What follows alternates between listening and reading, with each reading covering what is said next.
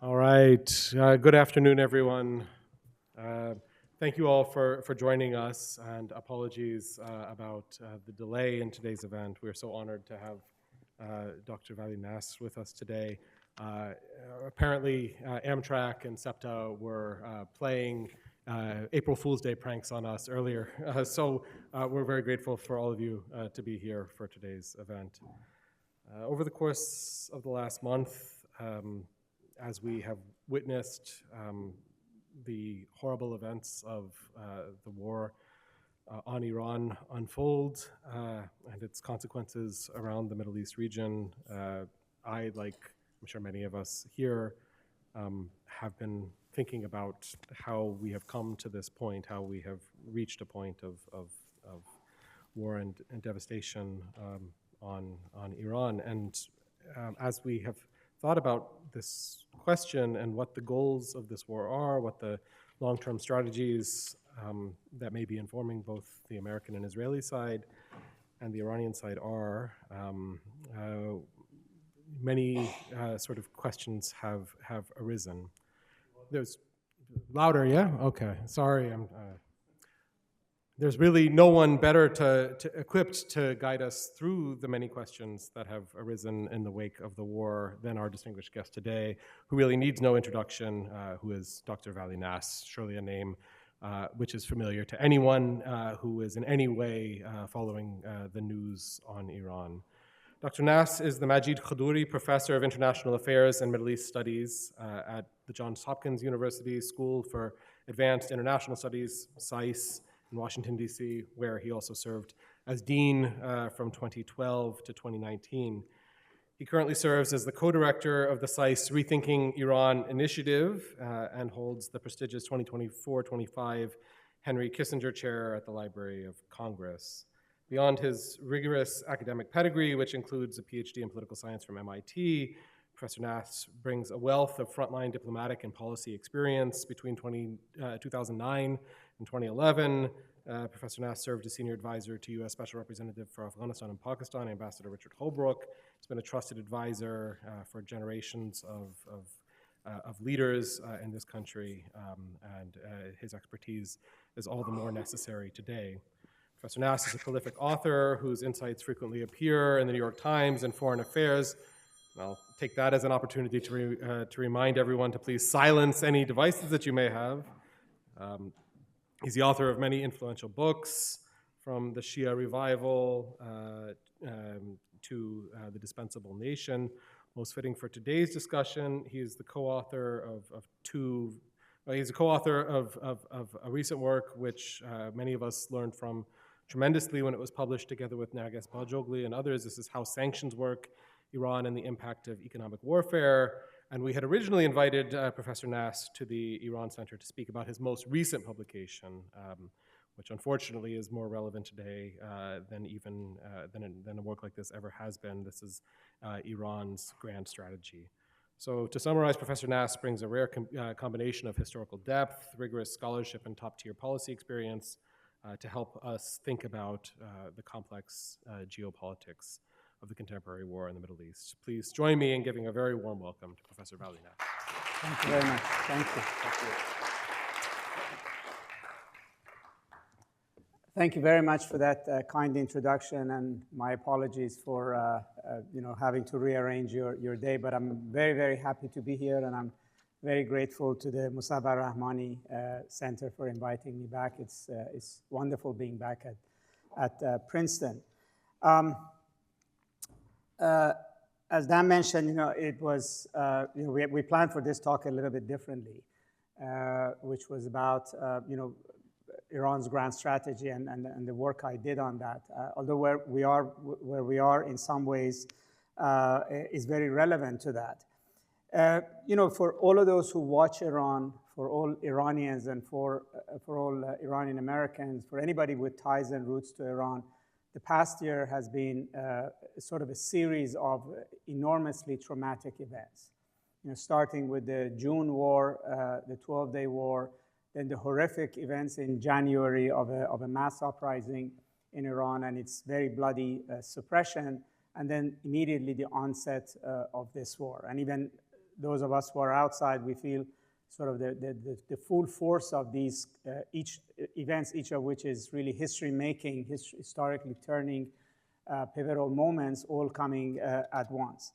At one level, it almost looks like the 47 years of the Islamic Republic, of the Iranian Revolution, is really coming to a head in varieties of ways. I mean, we could have looked at the January protest as really a final reckoning between the population and the Islamic Republic, of a population that has really gone past the revolution, wants a very different future, and the finality that the Islamic Republic really had to resort to bloody brute force in order to suppress it. But even that within it had a sort of a reckoning of 47 years of economic isolation, which was one of the very big reasons for the mass alienation of the population over, particularly since 2018, when maximum pressure sanctions were put on Iran, which, as you mentioned, was the subject of a different book we did. And that economic sanctions is in turn related to this Iran's grand strategy and the way that it looks at the world and the way that it has organized itself. And you can look at this war, although it didn't quite go the way President Trump had it in mind, that it would be a decisive war that would remove the Islamic Republic. But in many ways, again, it's the culmination of 47 years of Iran's ongoing confrontation, game of cat and mouse with the United States in the region. Now, the question that often I get asked these days a lot by policymakers, others, but even it's an academic question, is the shocking resilience of the Islamic Republic. I mean, that in of itself, if you set aside whatever you think about it, good, bad, evil, just as a fact that the state is capable not only of withstanding the uprising of January, but actually to be able to go through 2 wars with the world's premier superpower and the region's most powerful military in combined force, and not only not collapse, but in both wars hold its own. I think just in the sort of annals of those who study states, particularly in the Middle East, given also what's happened to Middle East states in other wars and during the Arab Spring, is in of itself worthy of study. And then, connected to this, the other question is, what are these guys thinking? I mean, what on earth they think they're going to get out of this war? Why aren't they behaving in the ways that is expected of them?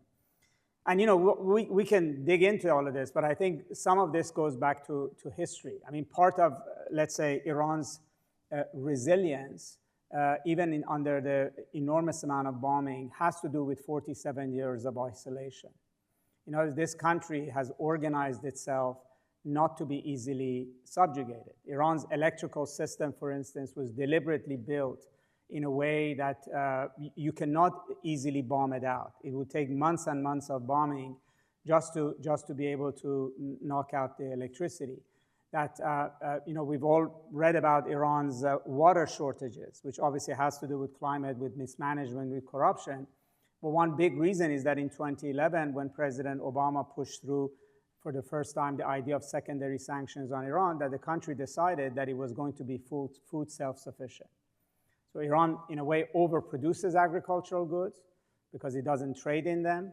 But at the same time, it is one reason why it is able to sustain the kind of war that is going on, for instance. But I think, I would say there are the resilience of the state in some ways and where it's finding itself and why does it look at this war and its situation has a historical root to it.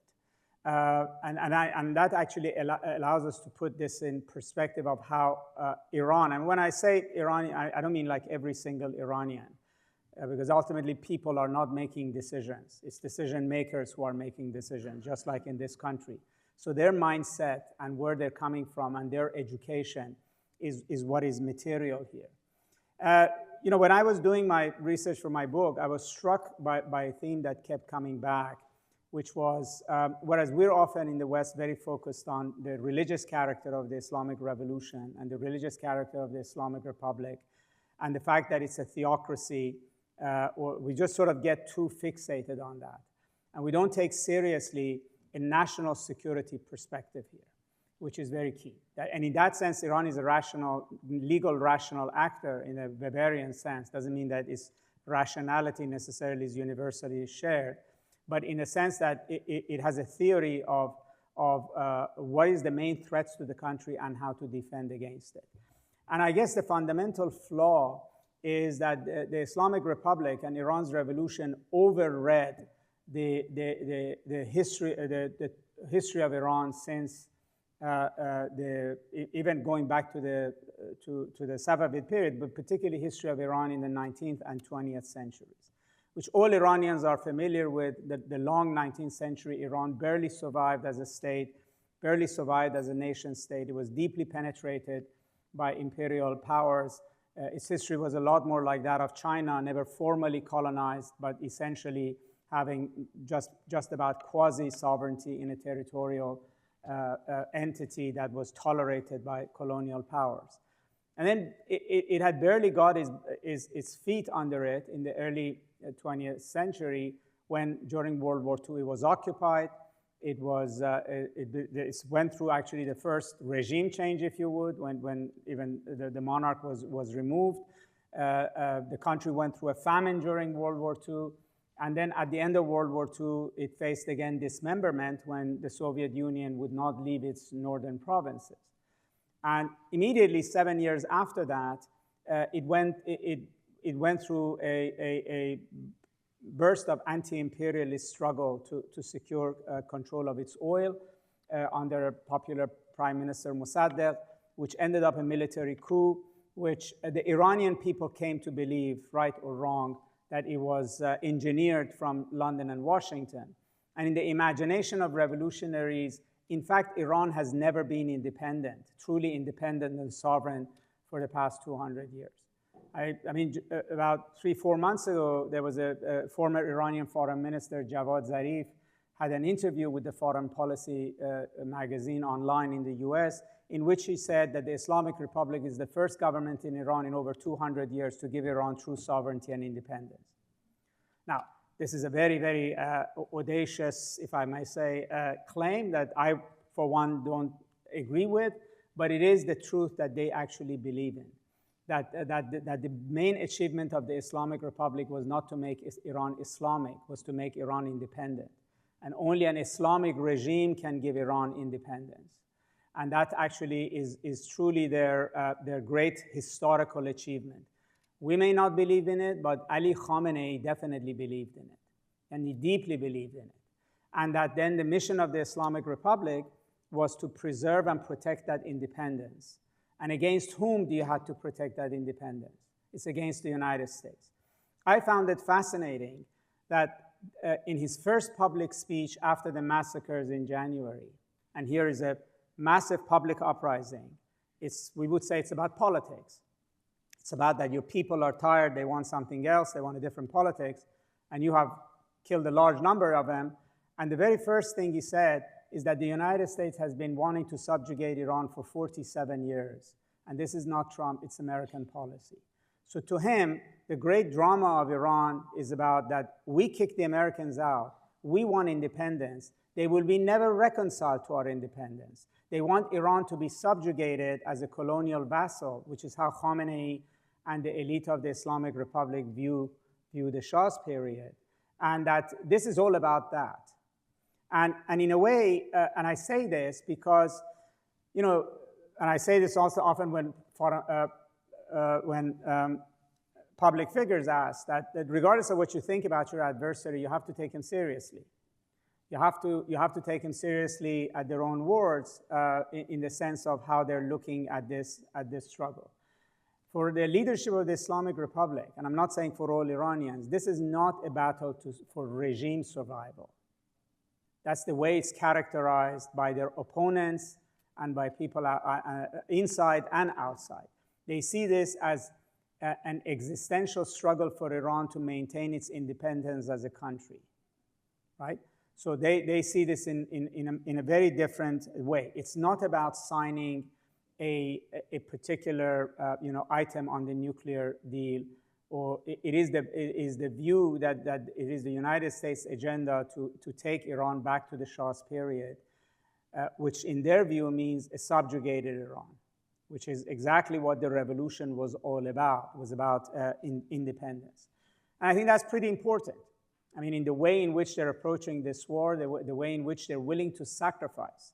I mean, I think the big divide between Khamenei and the Iranian public, which became bigger and bigger over time, it was not just that you should wear hijab and they didn't want to. In fact, he was probably, of all Iran leaders, was least concerned with hijab among all the ayatollahs. That was not his issue. I think the key issue was that he believed that protection of Iran's independence is worth every single possible sacrifice that you need to give. And the Iranian public at some point didn't see either the reason why they needed to give that sacrifice, or that there were no other ways of achieving their goal with less sacrifice. So essentially they rebelled against the concept of the Islamic Republic exactly because this gap had become wider and wider. And I say that's actually pretty important, because where Iran goes from here, the kind of conversation that's going to happen between whatever's left of the Islamic and the Iranian people will pivot around this issue about how far was Iran's independence as a country threatened, that Iran's independence is not as illusory as what I was describing is. Like theoretically, Iran was independent. This is actually about real territorial integrity of Iran. It's about destroying things that Iranians associate with their independence and sovereignty, like their steelworks, their industries, their national heritage, things of this sort. And to what portion of the Iranians this now will ring true, that actually this is not just a political fight, this is actually about the independence of the country. And I think that's material now in the way the Iranians are increasingly reacting to this war internally, and it will be material going forward. And I would just raise two other key issues that I think historically are very important for who we are. Beyond this sort of grand narrative that I described, this sort of mindset of Khomeini, of Khamenei, of that generation. And I have to say, it wasn't just religious Iranians who believed Iran was a colonized state under the Shah. The left believed that. I mean, the Marxist-Leninists, the liberal Democrats, the Islamo-Marxists, they all basically had this theory that Iran was a colonial state after 1953. Is that below this, there's also learned experience here, which is actually very important. I argue in my book that perhaps the most important experience that shaped the Islamic Republic was the Iran-Iraq War, for two reasons. One is that it was a really, really big war. It's probably the biggest war of the 20th century that nobody in the West seems to have ever heard of, right? So it sort of is, we don't think about it unless you're a Middle East buff. It's not on everybody's mind. But if you looked at numbers, conservatively, over 500,000 Iranians died in that war. Multiple that number were maimed or impacted by that war. The entire social profile of the country changed because of migration. The entire economy of the country changed because of the social contract that the Islamic Republic essentially signed with its population, sacrifice and resources given to war in exchange for entitlement program that actually changed the character of the Islamic Republic. And also some of the experiences that they went through, which are very key, which is, Iran was occupied for 2 years before they figured out how to liberate it. That is the attitude that sometimes I hear about taking Kharg Island, right? We've been there, we've done that before. You can come and sit here and then it will be Iran-Iraq war over again. Again, I know it's simplifying it, it's very different, but it goes to the actual mindset. The second was that, as is the case today, then Iran was alone. Iran, some of it because of its own doing, taking American hostages, et cetera. The United States and Europe were opposed to it, supporting Saddam. The Arab countries were supporting Saddam. Soviet Union was supporting Saddam. Nobody sold Iran weapons. Nobody gave Iran weapons. So essentially, whatever Iran had to do on its own. And some of that built resilience that is also showing today. And again, in the middle of all this, Iran is alone. I mean, yes, China may help it, some Arab countries may help it, but it actually really doesn't have natural friends or natural allies or a natural partner in this war. So whatever it can do with its own missiles and its own drones and whatever it comes up with, it has to do it on its own. Now, I say this because I actually think, and this is not just the Islamic Republic, you can go to Iran's private sector, you can go to various aspects of Iran. These years of having to do it on your own has created a can-do nation. I mean, that's what really, really separates Iran from the Arab world. Everything they have to build on their own.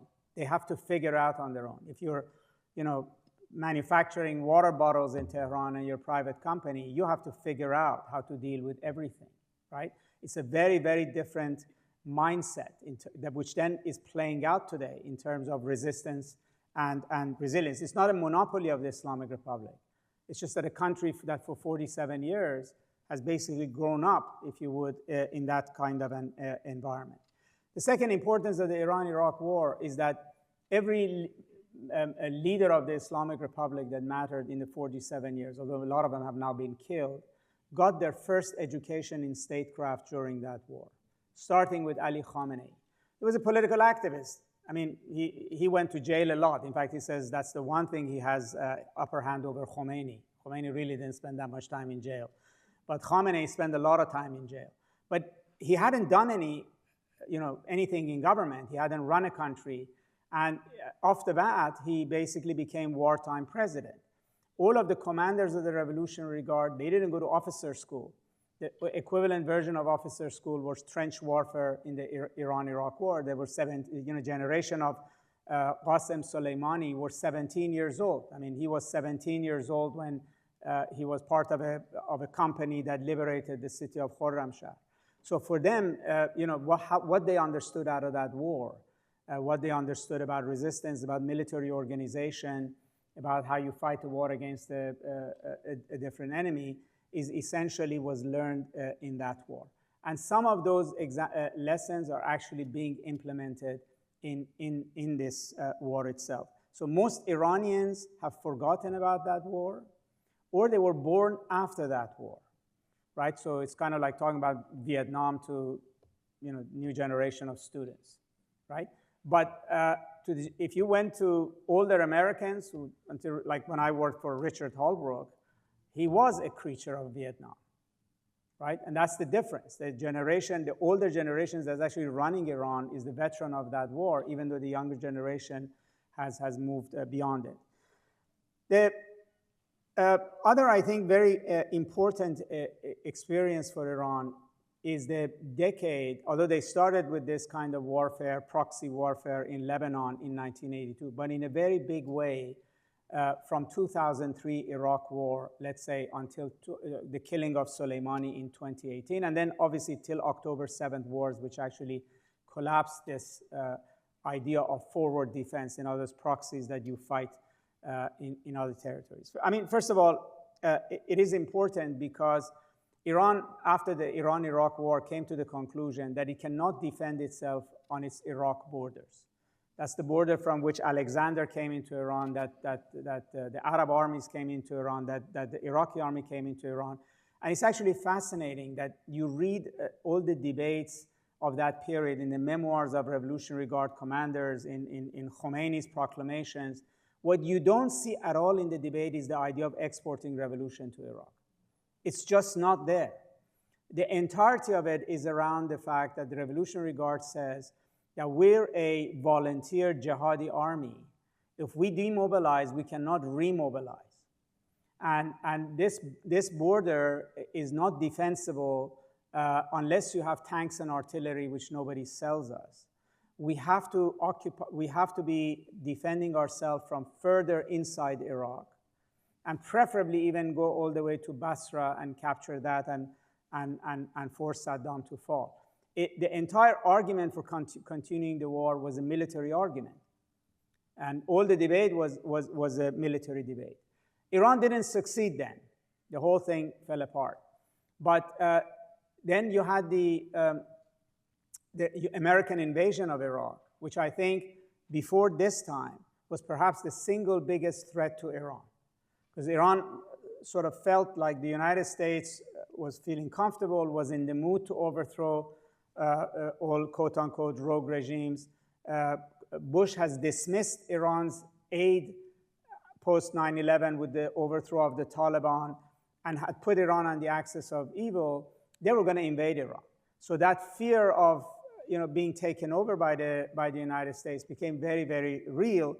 And the way that they dealt with it was exactly the way they're dealing with the United States today, which is, I mean, the former foreign minister of Syria, after he parted ways with Assad, went to Geneva before he died. He took a whole suitcase of documents and memoirs, which he's gradually been publishing.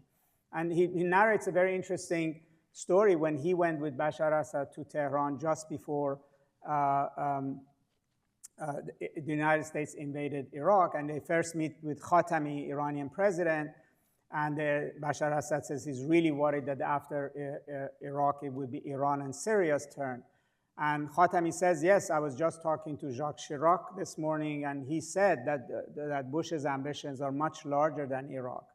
So then in the afternoon, all of them, along with Khatami, go to see Khamenei. And Assad again, says the same worry that I'm afraid that it won't stop at Baghdad. They're going to go after us, and they're going to go after you. And Khamenei again says, I agree that America wants to re-engineer the region. And he says, then we just must make sure that the crocodile doesn't digest its bite easily, right? Which has been, exactly what Iran is doing right now, right? In fact, it reminds me, I narrated in the book, I didn't mention his name then because he was still alive, that in 2015, there was a meeting between Henry Kissinger and Ali Larijani. Larijani was in New York for a get-together of speakers of parliament. He was Speaker of Parliament, and he met with Kissinger. And Kissinger basically wanted to know, when is Iran going to get tired of this revolution? When are you going to basically become a normal country, right? And Kissinger begins to talk to him about Immanuel Kant and his theory of perpetual peace. He didn't know that Larijani had translated Immanuel Kant in Persian. So apparently, according to Kissinger, later on narrated to me, they had a fantastic conversation because then it got elevated to a subject that both of them really reveled in. But the gist of it was that Larijani said, we want to know, when are you going to get exhausted, right? When are you going to leave us alone and move on? And this is not a sort of an ideological war for Iran. This is basically us protecting our liberation by exhausting you to just leave it alone. Now, the combination of what Qasem Soleimani did in Iraq, in other words, organizing militias, proxies, which is essentially gradually for Iran became a very effective way of guerrilla warfare against US and Israel. Again, yes, to Arabs, this obviously very understandably was very, very unwelcome, just as much as any villager anywhere in the world would not like when guerrillas show up and take over their village and wage war from there. That Iran actually would see that the best way of dealing with the United States, to making it exhausted, to making it not want to repeat of Iraq, to give Israel second thought every time he thinks about attacking Iran, is actually to have these militias which continuously snipe and attack and remind Israel and the United States of the dangers of attacking Iran. And the strategy obviously worked until it didn't after October 7th. But in Iran, they would say that it's not true that it was a failed strategy or that what we did was wasteful. We created protection for two decades, between 2003 and 2023. For 2 decades, the strategy worked. That's why Even at the height of the nuclear issue, Israel didn't attack Iran. That's why the United States didn't attack Iran. Now it doesn't work anymore, but it worked at that point in time. But it is not so much in the model that it's in the manner of organization. In other words, how did Iran manage a country under sanctions to actually wage war in countries that are 2 countries removed from it, in Syria, in Yemen, in Lebanon, in such a successful way. And the key important thing is that that is the war that Iran is waging in the Gulf today, right? It's guerrilla warfare against the global economy and against the United States. And the interesting thing is that if you looked at the Iran's Revolutionary Guard, the top command were veterans of the Iran-Iraq War, whether they were corrupt, not corrupt, effective, etc. Israel has systematically been eliminating them in June and today. The commanders that are coming up did not fight in Iran-Iraq war. They fought in Syria and Iraq against the US. It's a very, very different experience. But again, it's a war experience that Iran has. So again, it's being translated into this war. They've organized the Iranian state in a way that essentially is very difficult to eliminate. I mean, first of all, Islamic Republic, from the minute that it was created, I think his mantra was, it was not created to be popular. It was created to be resilient, right? So obviously on popularity level, it has failed and it will keep failing. But from units of Basij, the way IRGC is set up, the way they promote ideology, the way they cultivate the 15 to 20% of the population, these are all strategies of survival. Some of it has to do with these war experiences. Some of it has to do with when you are fighting for 47 years against the world's premier superpower, you basically develop a different way of thinking about resilience. And some of it even has to do with the early years of the revolution, where a large number of their leaders were assassinated in what was essentially a civil war against the left. And it is a state that doesn't depend on a person. It didn't before. It is multinodal. That's why it's so chaotic. That's actually why it's so corrupt, because there's not a single authority that dominates. You have multiple nodes of authority in the clergy, in military forces, in the private sector, among oligarchs, within the bureaucracy, judiciary, clerical establishment, and then they are connected to each other in varieties of ways. That's why when you kill 30 commanders of a Revolutionary Guard in June, that the system doesn't actually completely collapse. It stayed afloat. And between June and January, we're talking about 6 months. And again, I'm not saying that saying element of brilliance, but you have to basically take this seriously. They were extremely fast at adapting, right? So basically, they reorganized the state and their military along the ways they call a mosaic command and control, which means that it doesn't depend on any one decision maker. I remember I heard in September that every civilian leader, down to the mayors of small towns, has been ordered to appoint up to 4 people below them, right? So if you have a system that by killing of 1 or 2 people, it doesn't collapse, you have to systematically kill a lot of people over a lot of time. You cannot behead the state, decapitate it. You have to keep, shaving off. And that threshold means that it's a much, much longer campaign. Now, that ultimately is one reason that what we are seeing is that they were able to sustain themselves. The second is the example of guerrilla warfare. So, Iran invested massively in missiles, and it has created a formidable force. In fact, one thing Israel learned in the June war was something that it didn't know and became a whole new threat, that Iran's missile program is more lethal and more dangerous than perhaps was estimated before the June war. And now again, that's the case. But even there, the way they did this, obviously hypersonic missiles are much more difficult. But when it comes to much cheaper missiles, it's built on a very different kind of a thinking about warfare, which is a poor man's warfare, which is like a guerrilla warfare. So the Shahed missile, according to the US, costs $35,000. According to the Iranians, costs $7,000, right? And the chips they use to make them actually are from refrigerators, from commercial refrigerators. And they deploy them en masse on a battlefield the way they deployed human wave attacks during the Iran-Iraq war, right? They didn't have tanks, they didn't have the Iraqi military, but they had dedicated young people who were willing to basically run at the battlefield on minefields, et cetera, to overwhelm the enemy. That's what the Shahed drone is. It's the modern day's equivalent of human wave attacks, right?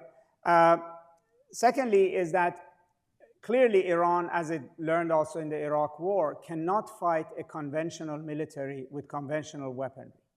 First of all, there is no weaponry anybody can give you that would withstand the combined force of United States and Israel. So that's a futile battle to do. They learned from Saddam's resistance to the US, that the US can dismantle any conventional military in a matter of weeks.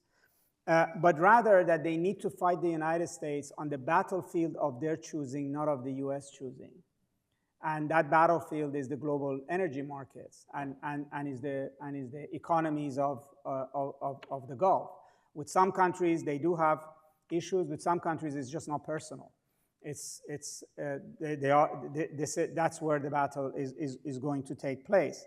And they have proven that essentially they can take hold of the Strait of Hormuz to be able to match escalation by the US laterally.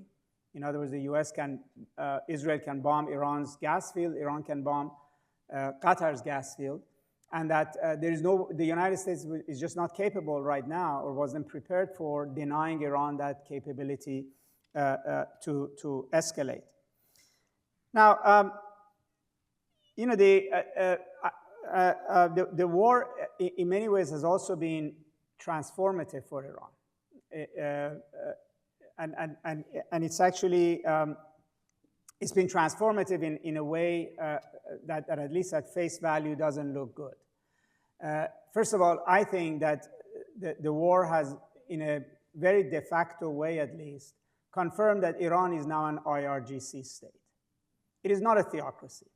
Even then, it was before, to me, it had already passed that threshold. Yes, the language of the state is religious, laws are based on religion, but at its core now, this is a state run by generals. This is a state run by military men. They were extremely influential in Iran before. They now are the state, pretty much, in a much more frontal way. So yes, you do have a civilian facade in a supreme leader, a president, a member of the judiciary, but essentially the state is now dominated by Revolutionary Guard. So when Israelis killed Ali Larijani, his successor is a Revolutionary Guard commander. You killed Khamenei, Khamenei's successor is Revolutionary Guard. I mean, Moshtaba Khamenei is a turbaned guardsman. Before he went to the seminary, he was Revolutionary Guard. For 30 years, he's been deeply immersed in Revolutionary Guards. And every commander that Khamenei had put there, which much like himself was a bit prudent and not willing to go all the way, is now being replaced by commanders that Moshtaba is putting in their place, which are much more hawkish.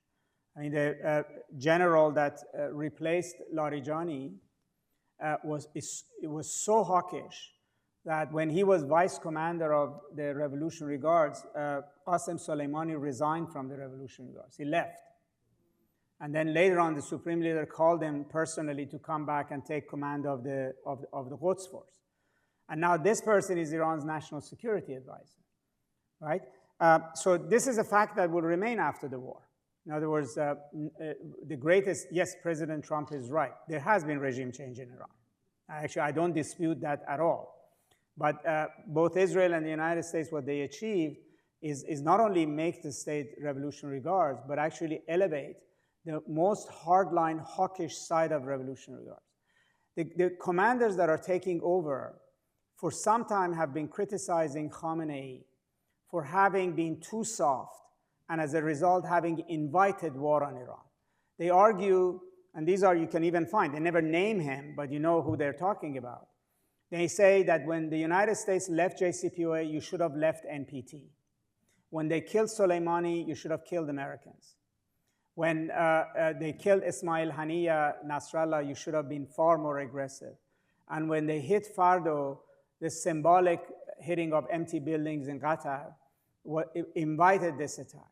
And so the lessons they've learned from their time in Syria and Iraq is not that prudence pays. It's actually, this is a much more aggressive side of the regime is taken over. We'll know how we're seeing it in action on foreign policy. What we don't know is what they're going to do domestically. I mean, this general that has become National Security Advisor, General Zolghadr, was responsible for the cracking down on student uprising of 1999. His hands are bloody with the suppression of the 2006 Green Movement. I mean, his record is not, he has a record, in other words, on the domestic scene. And I think that's actually quite important in the sense of what will come next in Iran. I mean, a lot of it obviously will depend on how this war ends. What do they get out of this war? Under what circumstances they come out? And ultimately, there will be a new social contract with this population for three reasons, I think. One is that January happened. Right? In other words, they still have to address the alienation, anger, despondency of the population. Now, I'm not saying they can, but they have to. They can't govern Iran in this situation that was left in January. So I don't know how they will address it, but they will have to address it. Secondly, I think they have to address the issue of reconstruction and the consequences of war on Iran. And that requires a completely new, if you would, conversation. And again, I don't know how that conversation would go. And thirdly is that there is a new regime in Iran. And ultimately, Mujtaba has now a clean slate. This is Mujtaba's state. It's not his father's, right? So he can take it in this direction. He can take it in that direction. Early indications are, of course, we could read one set of tea leaves, but that would remain to be decided. And the third factor here is the Iranian population. I would say the Iranian population, majority of them are still in the same mood they were in January. Maybe they're not ready to go in the streets, but that has not been forgotten. What is very interesting to me is the way in which this whole thing panned out. After the hijab uprising, the Mahsa Amini issue, and after the 12-day war, it was very clear that the 20% of the population that is very close to the regime, its real base of power, was on the defensive. It was basically being told to demobilize and get out of people's way. Particularly after the 12-day war, it was very clear. Everybody was saying that, first of all, the state basically gave up on the hijab issue, wrapped up the morality police. The language that was being used with people is that the Iranians, this same hijab protesters stood by their country during the war, and Israel clearly sees Iran's population as an Achilles heel. You have to be nice to people, right? In fact, Larijani said that. You have to be nice to people. So it was very clear that side was being demobilized.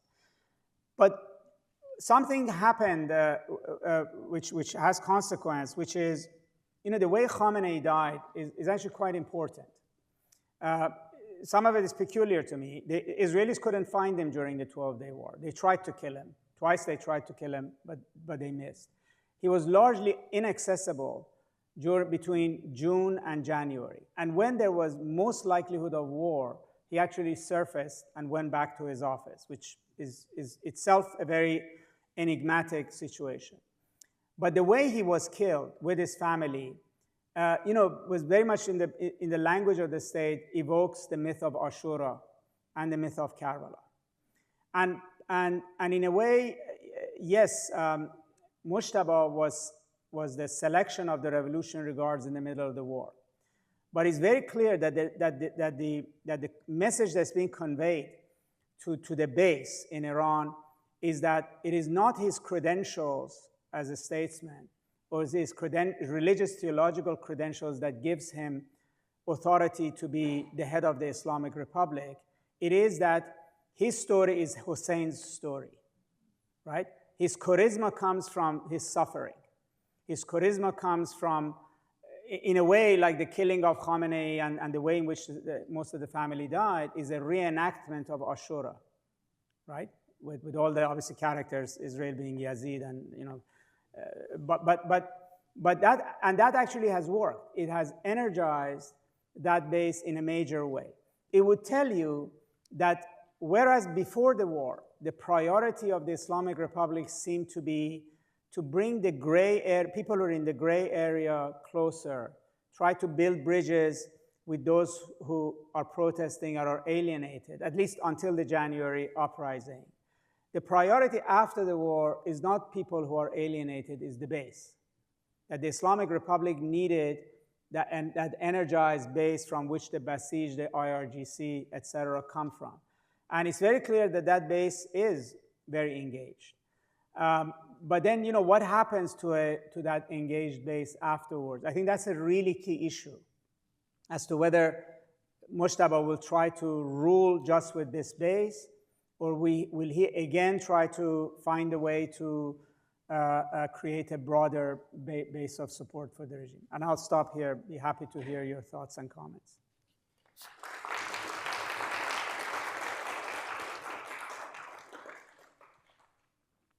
Thank you so much. We have about 15 minutes or so for questions.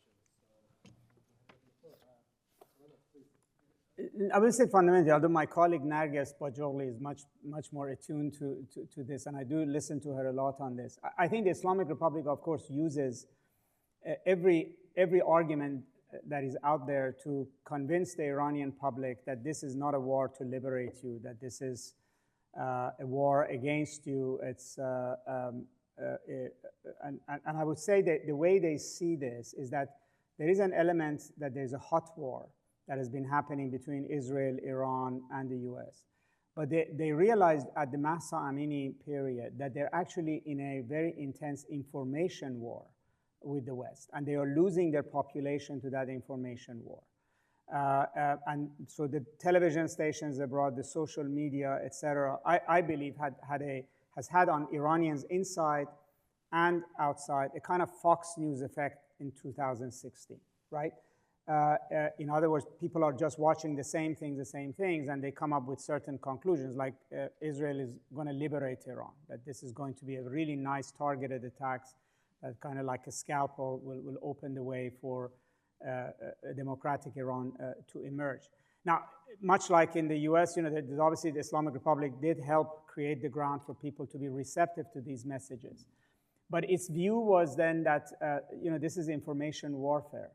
And so this time around, you see them much more adept and quick out of the gate in order to engage that information warfare on multiple directions. So, they are talking very directly all the time to Iranians outside of Iran, and particularly countering messages that they've heard on televisions that this is a war of liberation, that it's clean war, and the outcome of it would be positive. It is also they also directing it on the inside. So what have they done is they've shut down the internet, right? There is national security reasons for that, which is to deny ability to use the internet to locate people, kill people, communicate with them. But it also, Iranians who don't have access to Starlink or ways outside, majority of them, the images and what they're seeing of the war is what they're seeing internally. Unfiltered among them. So it's what goes on their own mobiles, shared within the Iranian version of internet, or on state media, or on channels that exist. And so in a way, they have been able to do that. And I think at a third level, they have been extremely effective in channeling and getting their message out to a much larger global audience of Global South and progressives and MAGA movement in the West. So I don't know if have you seen these Lego movies they put out? That clearly is not directed at Iranians. That's directed at the TikTok generation. And so there is a dimension of this which is essentially information warfare.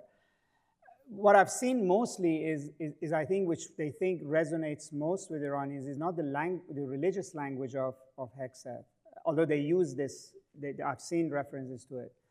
But actually, the bigger issues that Trump has talked about, I'm going to take their oil, I'm going to give weapons to the Kurds, we're going to dismember Iran. I mean, like, as of last 24 hours, what is really, really tracking across the board is this, what he said is that I'm going to bomb him to the Stone Age, right?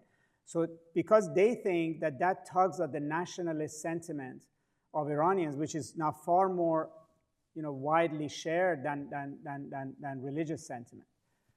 And then also with their base, they are putting out huge numbers of very religiously charged production, and some of which has gone viral globally. I mean, some of these, what is called the maths, the religious elegies that are now with very modern music has sort of gone outside. But they're pumping that as well enormously. Again, I would say if you looked at the approach, this is also a younger generation coming up, which is not only tech savvy, media savvy, but it's also guerrilla warfare on the information front, right? They don't have the equivalent of Iran International TV with a $250 million a year budget, right? But what they can do is to turn Instagram and X and Facebook into vehicles for waging information war. Oh, thank you. I was very taken by the anecdote you told of Ali Larijani meeting Henry Kissinger, and that led me to a thought. The late Iqbal Ahmed used to say that one of the great dilemmas of the Palestinian movement was its failure to understand its adversary with the kind of sophistication that it needed to develop meaningful strategies that would overcome the disproportion of military, economic, and political power in the struggle. And I'm just wondering that in the United States, there is a small but very dynamic and gifted cadre of experts available to the US policy debate on how to understand Iran. Folks such as yourself and others, and there are centers for the study of Iran and scholars in various universities and places.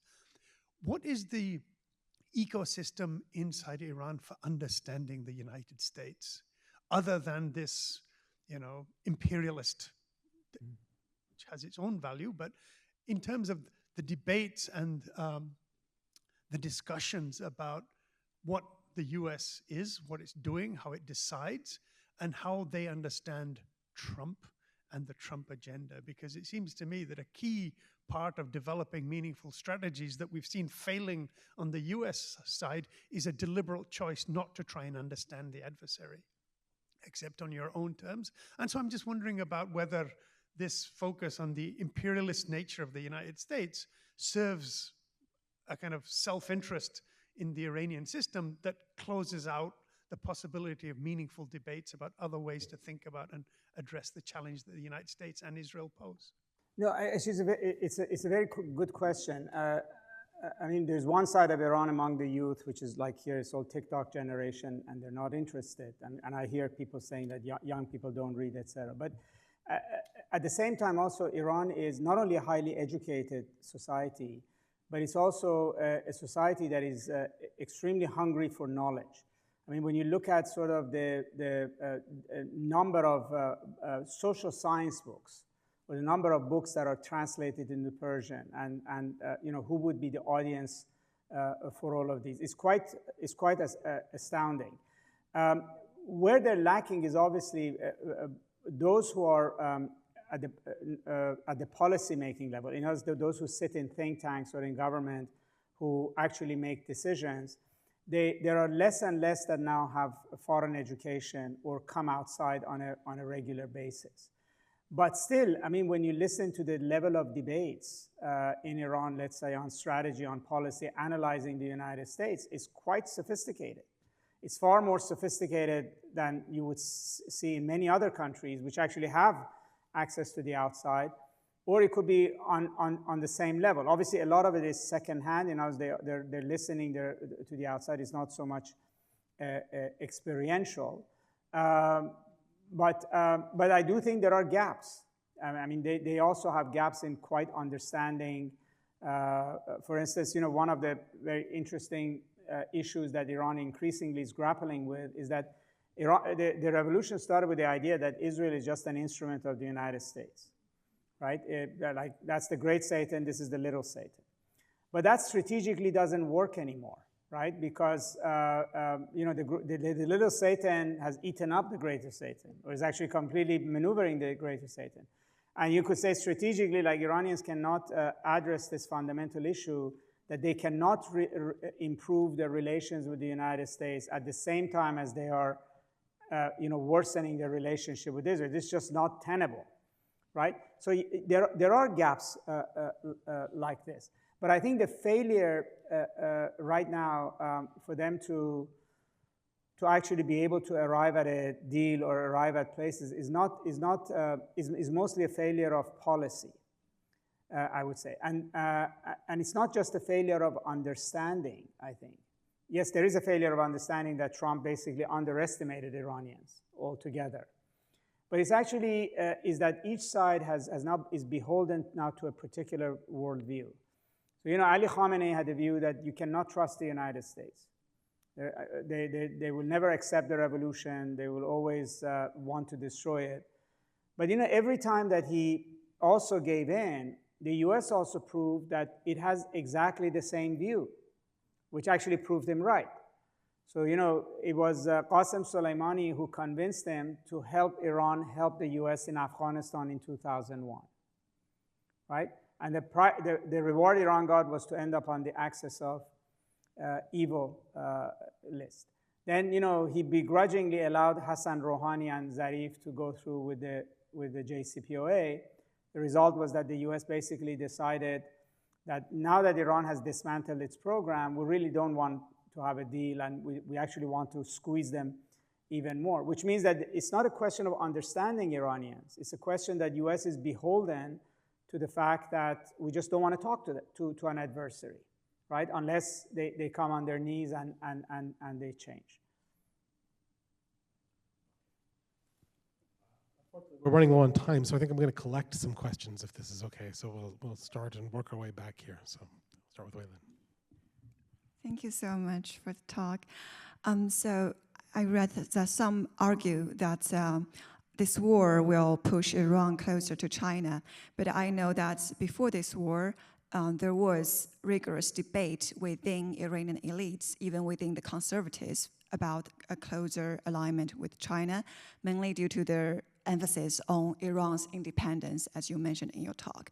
So do you think this war will override these concerns like about the independence and really like push Iran closer to China? And if it is, then what would Iran really expect from China? Like selling weapons or financing or reconstruction? Yeah, and also you mentioned that now the country is basically an IRGC-run country. So after this war, do you think there will still be rigorous policy debate or political debate within Iran? Thank you. Okay, so I know this is going to be a lot, but yeah, thank you very much for your talk. And so you talked about how during the Iran-Iraq war, the IRGC pushed for continuing the war into Iraq in order to establish kind of a deterrence. And so now with this war, there's often, like, if you read US newspapers, there's this, maybe Trump wants to end the war, but maybe the Iranians want to push on. And maybe for the IRGC to establish kind of a deterrence, they're not interested in ending the war, and they're willing to bleed more and sacrifice more in order to destroy the global economy so much that it will be impossible for the US to think about doing this again. So I would like to hear you reading on that. And we have maybe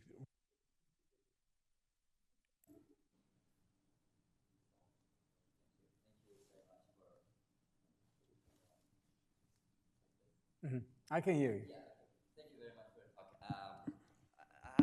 So we were pretty sure that like enrichment was Ayatollah Khamenei's personal mission, and he won't be give up on that and on enrichment. What do you think in this new regime, are they going to give up on enrichment and probably will, and also with respect to region, specifically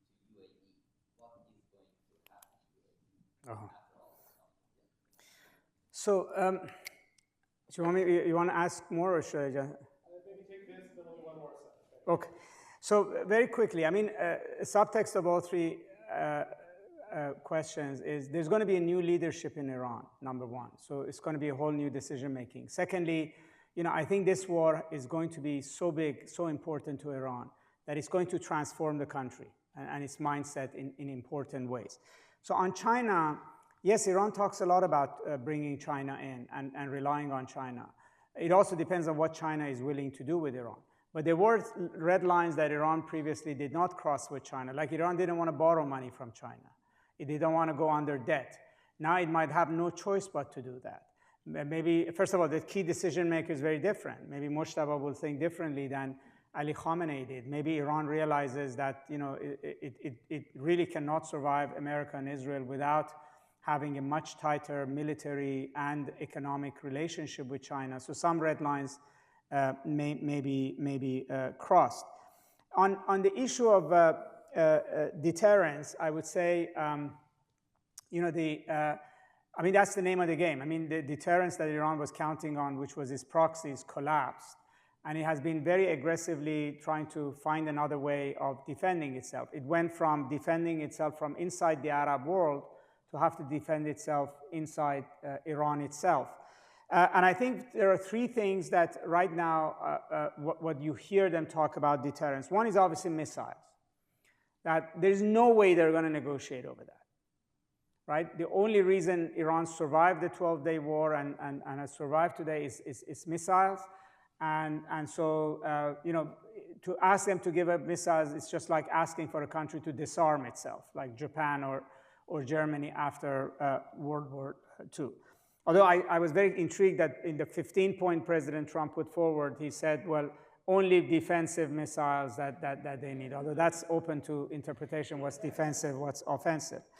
Secondly, I think the Iranians, much like what Larijani told Kissinger, now see the war itself as the biggest deterrence.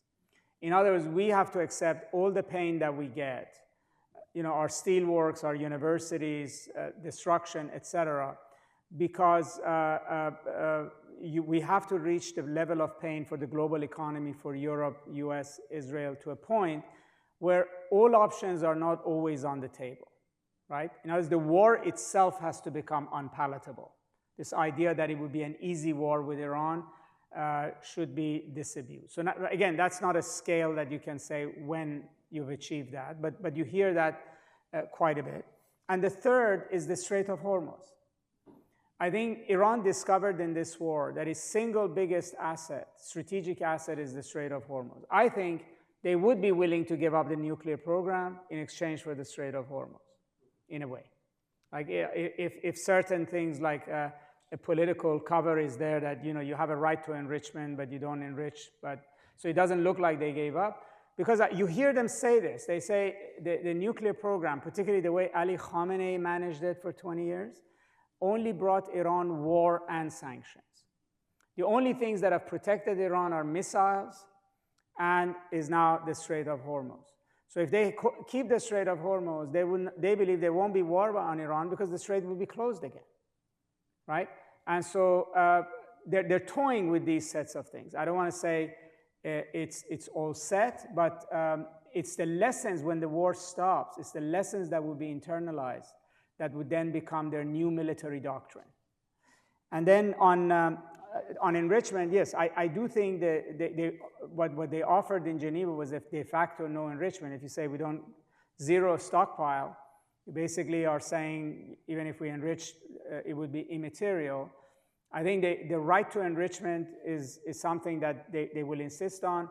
They will insist on that they have to have minimum rights that every signatory of NPT has, that they will not accept as a matter of principle for Iran to be treated as an exception case under international law, right? So what the German chancellor says that international law doesn't apply to Iran, they won't accept that, right?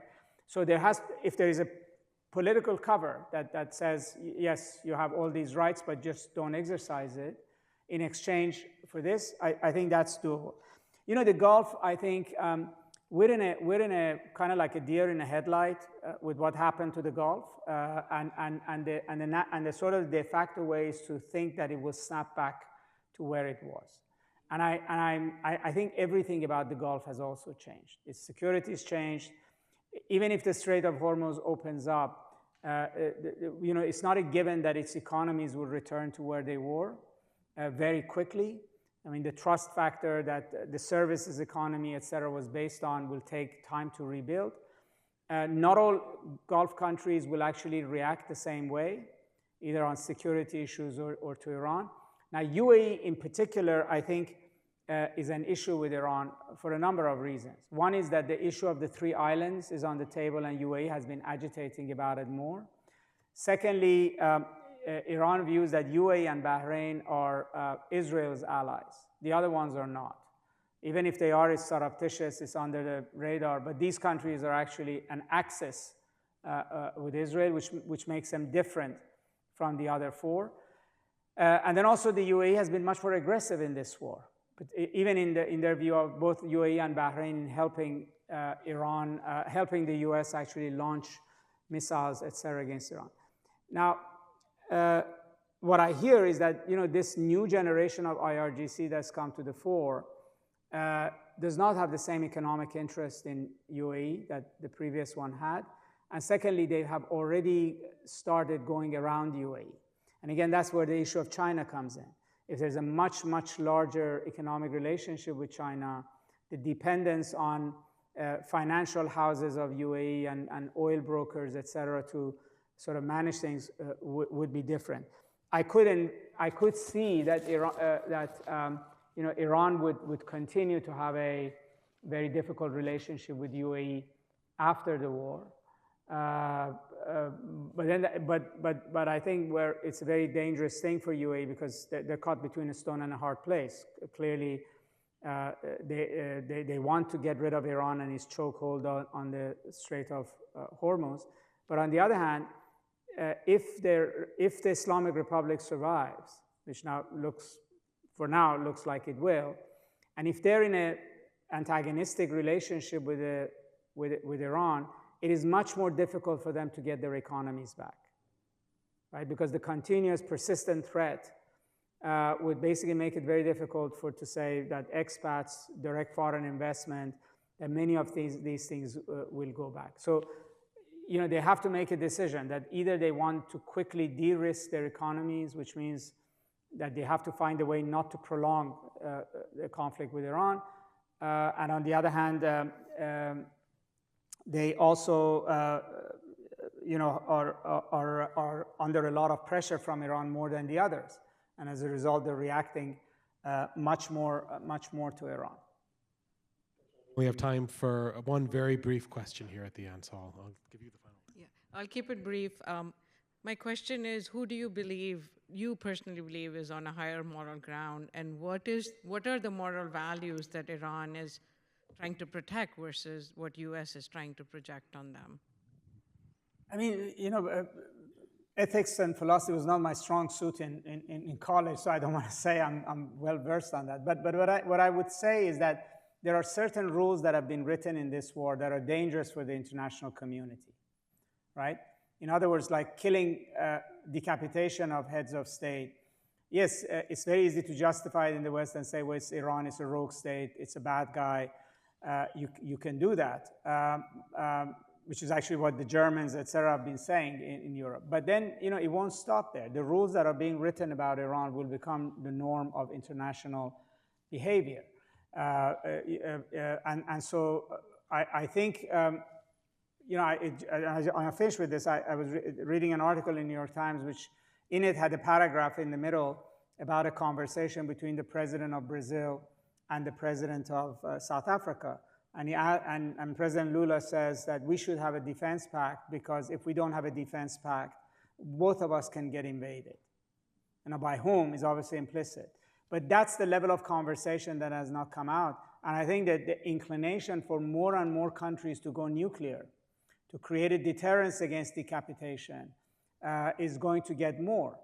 And I think everybody's watching this war not in terms of just who has the moral high ground. That's easier for them to answer.